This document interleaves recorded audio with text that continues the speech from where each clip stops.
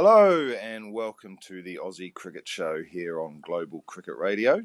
I'm Andrew McLean and I'm joined by my co-host Rob. Hi Rob, how's it going, mate? Good, thanks Andy. How are you going? Great to be with you for another week of talking Aussie cricket. Oh, isn't it? It's great. And the New Zealand-Pakistan series has just finished, so I can focus my mind a bit more on Aussie cricket. And it's a big day in Aussie today, of course. The Big Bash playoff match. Remind me who's playing? Is it the Brisbane Heat? It's playing. Yeah, the Adelaide Strikers are playing the Brisbane Heat on That's the right. Gold Coast in this challenger game to meet the Sydney Sixers in the final at the SCG on the weekend, I think. What's your feeling about the tournament overall, Rob? Because I know in the past it's been criticised a bit for dragging on too much and international players not playing enough, and maybe there's been a sort of a drop off in international stars coming because of, or from other countries, I mean, because of various other leagues. But what have you made of the tournament this summer? I think it's been good. I think the move that everyone wanted was a shorter fixture list. I think they've reduced the number of games down now quite a bit to not only fit into that sweet spot around the test matches, but also just make each game more consequential, a bit more interesting, and it drags the bigger crowds along as well. My team, the Melbourne Renegades, again, have missed out in the finals. Both Melbourne teams have missed out for a long time now, which is a bit of a mystery. But I think the game's been exciting. I think as you say, the downside is that we've now got a lot of competition globally for these players to come a long way out. I remember Quinton de Kock came out, I think, for one game at one point. He flew all the way for one game, and subsequently the game was cancelled after about an hour because the pitch wasn't suitable. So the logistics and trying to squeeze in all these players and all these games and all these high-profile names and even the budgets, I suppose, are going to be tested as always every summer. But it's been a really good tournament, and the last few games in particular have been super exciting. And I think the final and these last three teams that are in it are going to be probably the best ones left at the end of the year. Just more generally, Rob. I mean, I saw. Oh, I think it was during. Was it during the? Might have been during the Sydney test. I basically saw a stat, or might have been the Melbourne test. I forget which one.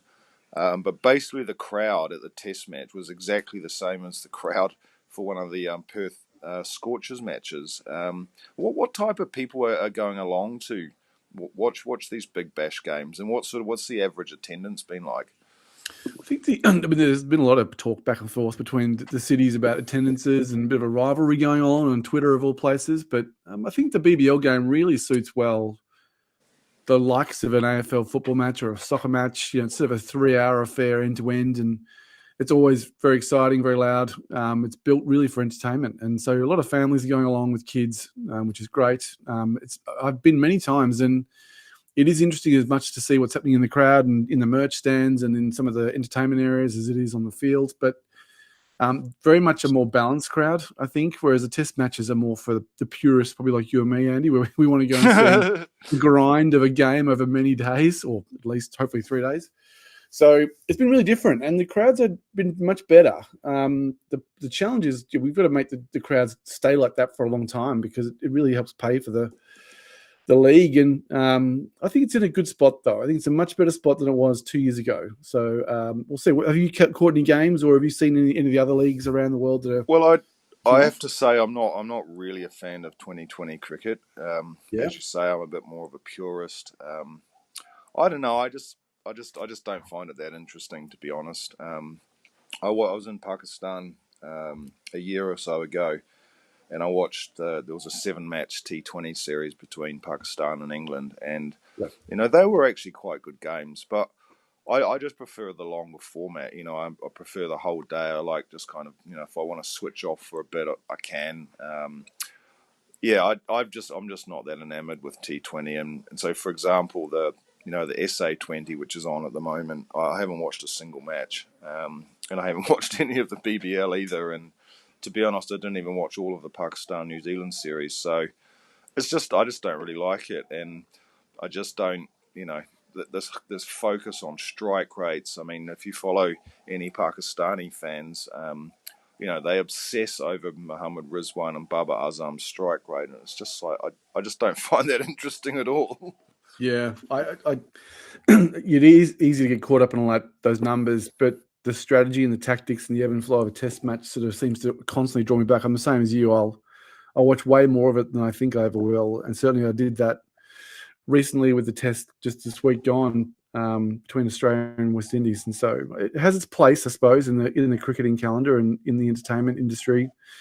But it's very just a huge contrast between the formats, and I guess that's what cricket has had to do, is to invent new ways to attract other people who aren't going to sit there like you and me with a cup of coffee or something stronger for a whole day and watch a game of Test cricket.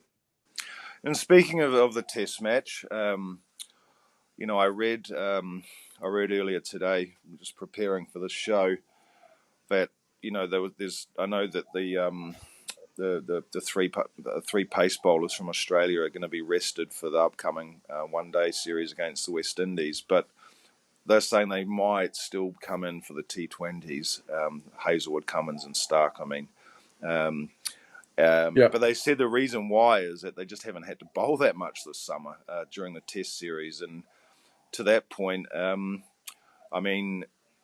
Australia didn't do particularly well batting-wise in the Test match that finished inside 3 days.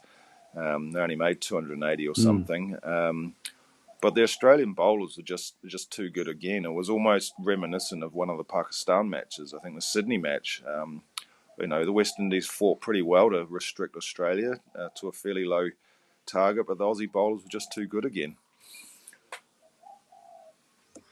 They were, and it's one of those fairly reliable parts of an Australian fixture now, is that we know the bowlers will probably save the day, and if it's not Stark or Hazelwood will get you, it's going to be Cummins or Lyon, and you can swap any name around. And at some point, they'll wrap the tail up and get probably all 20 wickets in a game. And the weird way, I worry that it masks some of the sort of brittleness or the fragility of our batting. We need someone to stand up every game to hit 100, and luckily Head did that at probably his favourite ground. We always expect Smith to score lots of runs. He doesn't always do it. We always expect Marnus to hit 100. He probably hasn't done that in a regular way for a while. So that they're a pretty reliable bowling quartet. I think they're the most successful, like 1,000 wickets between the four of them or something crazy like that. They're pretty reliable. I shudder to think what life will be like after they go, but that's something I think we should confront at some point.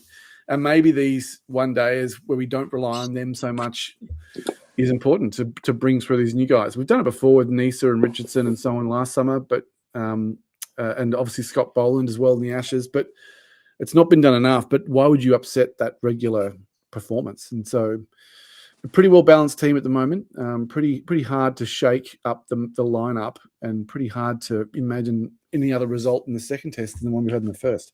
Just on the batting, Rob, some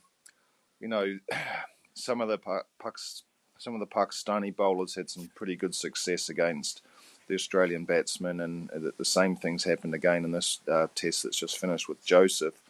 I know it's only one match into the not the experiment, but the decision for Steve Smith to open.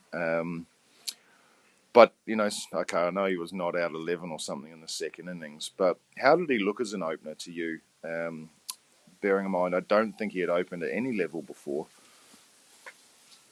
He hadn't, and I think he looks pretty good. I mean, he's pretty sound. If you're going to have someone who's going to go up the order, you want someone who's already got 10,000 runs behind them and knows how to score. And the ball coming on a bit quicker and harder to him, he might be suited to that, right? He wants to hit the ball hard through the covers or pull it or hook it across his body. So I think you'll feel like he's in a good place. I think he looked good. He had a couple of obviously nice shots through the onside, but then he obviously had a poor shot selection and went out. And so I guess it'll take time, like anything, but he's got to find that form super quickly. He's got to prove the doubters wrong straight away, because unfortunately he set himself up for pretty hard criticism if he fails, like he did in the first innings. So, but at the same time, I can't see someone else doing it at the moment. I think he's the right decision for the rest of the summer at least. And then obviously it's a long time between now and I think it might be even India next summer when the next test match is. So it's going to be a long time between this and the next test for him. Well, there's the New Zealand series, remember? And Sorry, yes. Yeah, there's a New Zealand series not too far away. But they're obviously going to give him time in that position, and let's hope he does okay. Well, if you're an Aussie fan, that is. Yes. What about Kawaja? He had to retire hurt in the second innings. Is he going to be all right for this next match? I understand he will be. I think he's been cleared of any structural damage, they call it, and then even concussion as well.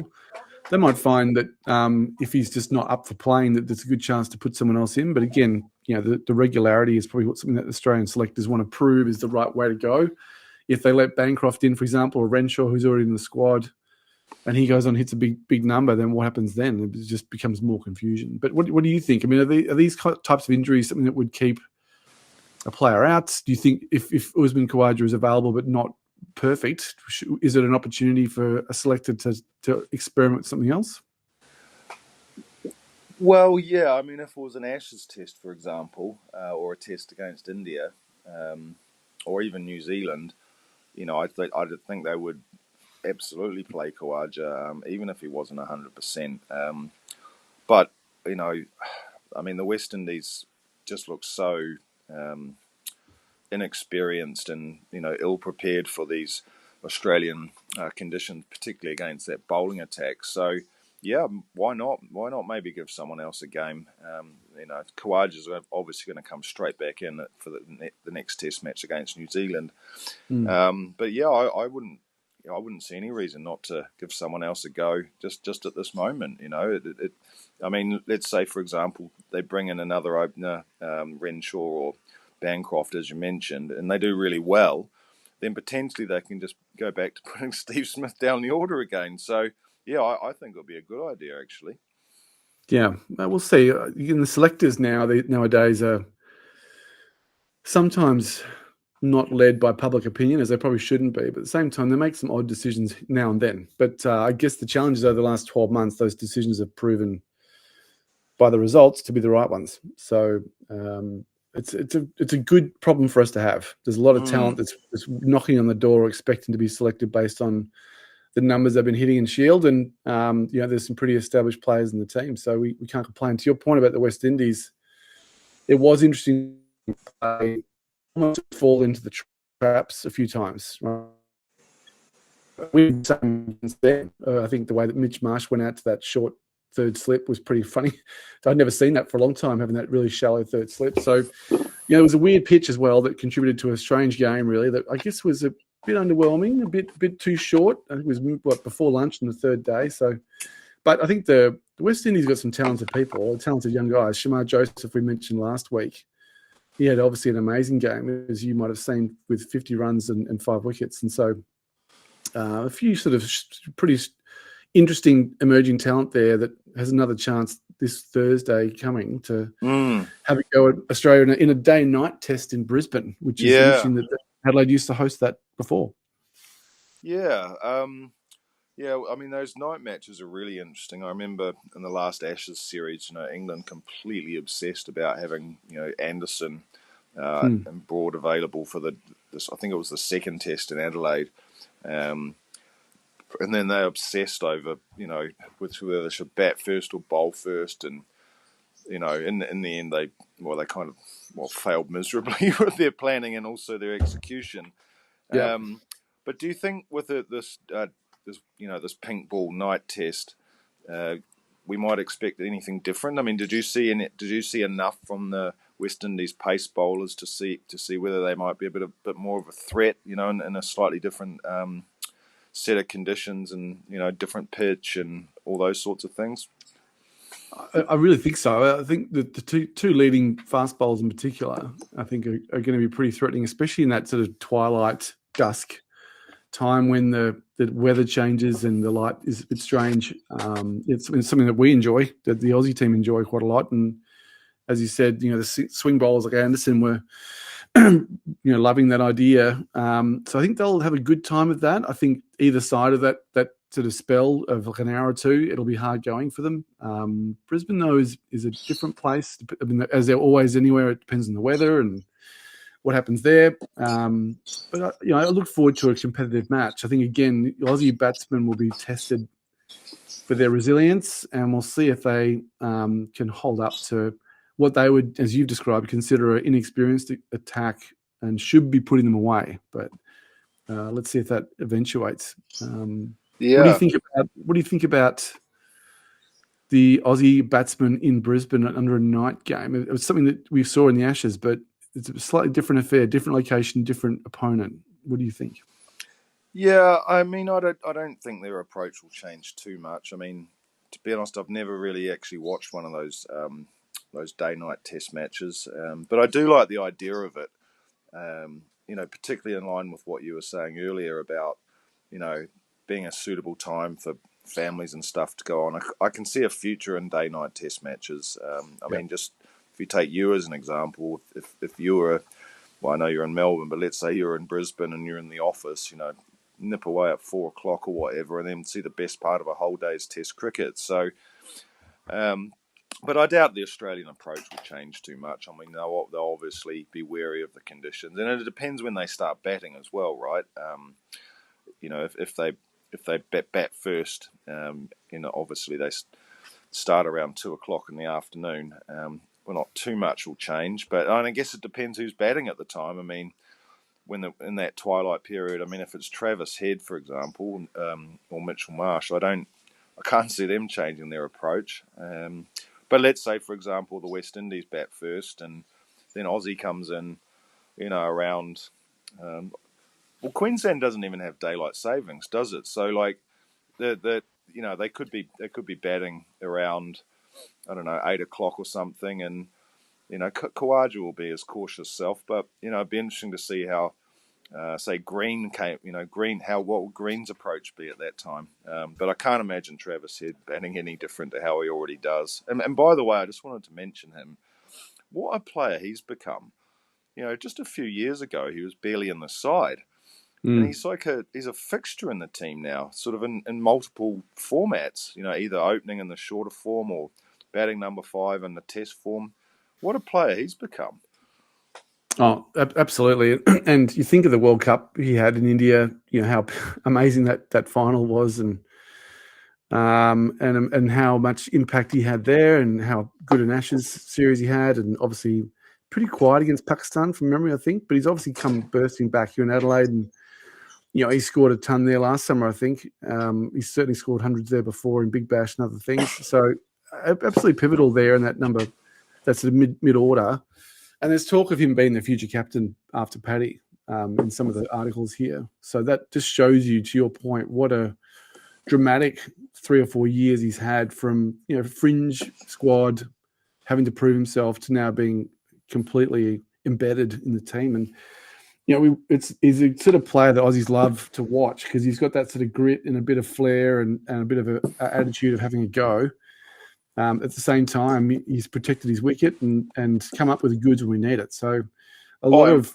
What about that catch he took the other day as well? It's short leg. Yeah. It was just this sort of unreal. Thrust the left hand out. It was unreal, wasn't it? So it was really good.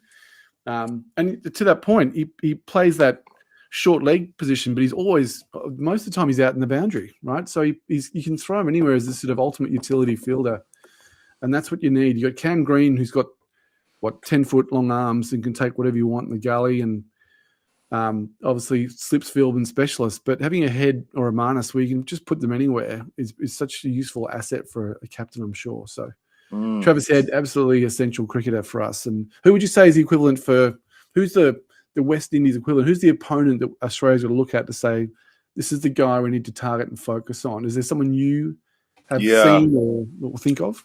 Yeah, Alec Ethnars is the guy. I mean, obviously, I don't know too much about the debutants. I mean, I'm familiar with Kirk McKenzie, who made a 50 batting at number 3. But Alec Ethnars is a massively talented player. And I saw him make his test debut against India in Dominica last year. But he's really a high-quality player. And I think that, if the West Indies are going to be really competitive, I could see the reason. I mean, Craig Brathwaite can score 100 easily. He's a vastly. I think he's played about 90 odd tests now. He can dig in and bat all day. But Athanars has got all the shots. I mean, he looks Lara-esque actually. So if the Aussies can keep him out of the game, Plus, you've got the inexperienced guys at 5 and 6 below that. I think Australia should be pretty good. But from a fan's perspective, I really hope Athanas gets a decent chance to bat and shows what he's capable of, because he's got all the shots. He's also a good bowler too. He's a good off-spin bowler. He's a part-timer, but he's useful. And he's an excellent fielder. So he's a bit like Travis Head, actually. Right. He batted at 4, I think, there in that first innings. And the same again in the second, obviously. So let's see if he shows up in Brisbane and I'd love to see him show some of that form you're talking about. So and look, I think all Aussie fans want competitive games. As fun as it is to trounce people, we want a bit of fun. We actually want our own players to be tested much harder than most people think, just to make sure they're not above and beyond themselves a bit. So looking forward to good competition. And certainly when they go to New Zealand to play your boys, be really interesting. That'd be a fascinating series for mine. I think, that generation of Kiwi boys who have held your team up for so long, they're always the biggest test for us to play that great generation. So looking forward to that one too. We might have to go meet in Wellington to do one of our shows, Rob. That would be good. I love Wellington. Love Wellington a lot. I'm sure you can find some way to get your work to give you a little trip to New Zealand to do some work, and we could go and sit on the bank at the basin. Yep. But speaking of tests, and I mean this is the second test coming up against West Indies starting on Thursday in Brisbane, but it's only 2 tests, and then the same when Australia goes to New Zealand, that's only 2 tests as well. I mean, for me, I know New Zealand's trying to squeeze in the South Africa series and the Australia series, and the reason why they can't play a third test is because the New Zealand players go to the IPL, and New Zealand cricket actually gets a financial benefit from that. So they can't stretch it sort of into the first week of April like we might have done in the past. But for me, it's just so disappointing to have 2 test series. I mean, so when New Zealand plays Australia in March, for the Chapel Hadley's a one-day trophy, isn't it? Anyway, whatever trophy it is, basically only one side can win it. You can either win 2-0 or 1-0, or you get a draw. But only one side can win, and for me, it just takes so much. It takes so much out of the series. I mean, I think back to sort of when we were younger, and New Zealand won at Brisbane when Hadley got the 9 wickets, and then Australia won in Sydney when I think it was Bob Holland took like 8 wickets or something, and then I went to the decider in Perth, which New Zealand won again, and Hadley finished with 33 wickets for the series. But when it comes to this next series, when New Zealand plays Australia, or even the series between Australia and the West Indies, only one team can win the series, and for me that's mega disappointing. I agree. I think we want to have a contest where the third test has something on the line. If it's 2-0 at that point, then fair play. The winning team has earned that. But you want to give the 2 teams a good chance to compete in a variety of locations, conditions, maybe even lineups of players. You want them to have a series where there's a commitment to a long battle or a bit of a slog over a few weeks rather than just the 2. I think it heavily favours the home side to basically get a minimum of a draw, given they've got favourable conditions. It means that those countries that can host tests more often than others, can probably get a better result in the Test Championship table. So a lot of ramifications for that. I mean, the money that I guess the Cricket Australia would get, or New Zealand Cricket Association would get, is a bit less, but they see there's more in T20. So there's a whole bunch of lopsidedness to it that doesn't make a lot of sense for the fan, at least for you and I. And even for the players, I think Marnus himself said he hates 2 test series. He said definitely should be 3 tests, and trying to find the window of time is becoming increasingly hard. But until we all agree, including obviously every one of the governing bodies, that it's that important, I don't think it'll change, Andy. Yeah, I know what you mean, and I think the driver for it is this World Test Championship, which to me, I just think it's a total waste of time. It's so, we use the word lopsided, Some teams play more tests, teams play less tests, some teams don't even play each other at all, i.e. Pakistan and India. And they've structured it in this way to have this World Test Championship. And I just think it's a joke. I mean, in the first one, Australia missed out because they had a slow over rate, which was fair enough, but they didn't even really know that they were going to miss out. And New Zealand scraped through and then managed to win. It's just ridiculous in my opinion. And the opportunity for Test cricket is dwindling all the time.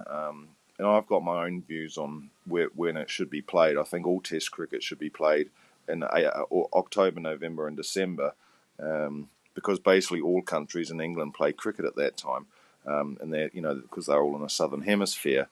But just going back to this 2 tests versus 3 tests thing, I mean, what about the example of New Zealand-England last year, when England beat us in the first test, and then there was an absolute cliffhanger in the second test when Anderson got out off the last ball of the match. Yes. Same thing happened against Sri Lanka. New Zealand basically won off the last ball of the match, and then it's like an anticlimax at the end. So if you take that England example, finished 1-1. Well, what's the point of that? Yeah. I mean, what more incentive do you need than a 1-run victory to have another go at it, right? Between two teams that are completely even at that moment, right? Wouldn't you want more of that in as a fan? Wouldn't you want to have more of that as a TV product? So I agree. I think it should be minimum 3, and everything else can kind of be built around that, because that's the kind of the core, the heart of the game. But maybe we're just too romantic about it. Really come into it, to be honest. I don't. No. I think apart from in England, or even in England's a bad example. I mean, because everyone hates the 100, and but in England, first of all, they do cricket brilliantly in England, and generally they have 3 test series. Unless it's against Ireland, they got 1 test, which is also equally ridiculous. But no, I don't think administrators really care about the fans, to be honest. It's all about, maybe one time we should try and get an administrator on the show and ask some questions about,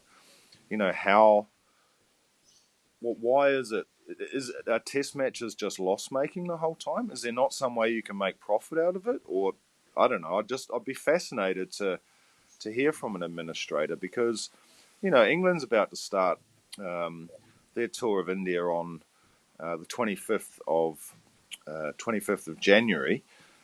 They're playing 5 tests. Yeah. And New Zealand and Australia play 2. I mean, how does that work? I don't know. And there's talk of, if you look at the crowds from the recent series, I mean, I know they're sort of lesser opponents than we're used to out here. The crowds in most of the stadiums have been not bad, but not great. There's been some footage and live broadcasting of pretty empty stadiums here in Australia, right, over a summer in the holidays, with Test cricket and the best team we've had for a long time playing on the pitch. And so maybe the actual product needs to improve. I don't think you can speed it up. You can speed up a fair bit, but not so much that it loses its sort of nice flow, it's sort of consistent pace. But there's also talk, Andy, about reducing it to 4 days instead of 5. A lot of tests now resolve within 4 days anyway, but maybe that one less day means you can fit 3 tests into the same time as 2, potentially. Yeah, I mean, that's I wouldn't be adverse to that idea at all. Yeah. And the other thing I don't understand is, why can't they just start earlier in the day as well? Yeah. When they get this whole situation of bad light, just start earlier. I mean, you start work at 9 o'clock in the morning.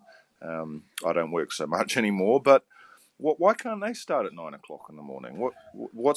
I mean, if you're in Wellington in March and it's a nice day, why can't you start at 9? Just spend more time playing. And yeah, I think 4 days would be totally fine, Rob. I really do. I don't see any problem with that whatsoever. And also what it would do, and now I'm thinking of that awful B word that they associate with the England cricket team. I mean, England would have no problem playing 4-day games because they want to finish them quickly anyway. Yeah. They want to get a hurry on with the runs, right? They want to pile on runs as fast as they can and then bowl really aggressive lines. And I mean, 4 days matches at least here in Australia, it matches the Sheffield Shield, local competition anyway. It's the same sort of time for those first class games. And, maybe it allows for better recovery. It allows for quicker resolution. It allows for tactics that are a bit more aggressive. I think it'd be a good move. I think, to be honest, 5 days is a long period of time for anyone to watch a lot of cricket back to back. Your fifth day, usually by that point, the game's pretty much going to be resolved even before the ball started anyway. You know the result going into it probably, unless there's the likes of the New Zealand-England game. So I think it'd be a good move, a good trial somehow. Maybe there's a way to test it or to use the Test Championship to transition towards that. We'll see. Well, I just remember what was it, a year or so ago, like last December, I think it was, December 2022, when England piled on 500 in one day in Rawalpindi, right? Yeah. And I know there's a lot of criticism about this whole baseball stuff, and it's not sustainable and all that. But Brendan McCullum's attitude is, I want you to score runs and I want you to score them quickly. And imagine if more teams adopted this sort of mentality. And yeah, I think truncating the match makes a lot of sense. As you say, Sheffield Shield matches are only 4 days. County Championship matches in England are only 4 days. I'd love to see some stats about how many of those actually last 4 days as well. I forget if New Zealand Plunket Shield, I think that's also 4 days. So yeah, why is Test matches 1 extra day? It doesn't really make sense actually. And anyway, very interesting thoughts, Rob. Anyway, sorry to hear about the Renegades not progressing in the tournament, but we'll look forward to seeing that playoff match today between the Heat and the Strikers, and also look forward to the Test match starting on Thursday. And we'll catch up for another edition of the Aussie Cricket Show this time next week. Excellent. Looking forward to it. And give me a big week of cricket again, but an exciting year ahead too. So thanks, Andy. Speak to you next week. All right. So from me and Rob here on the Aussie Cricket Show on Global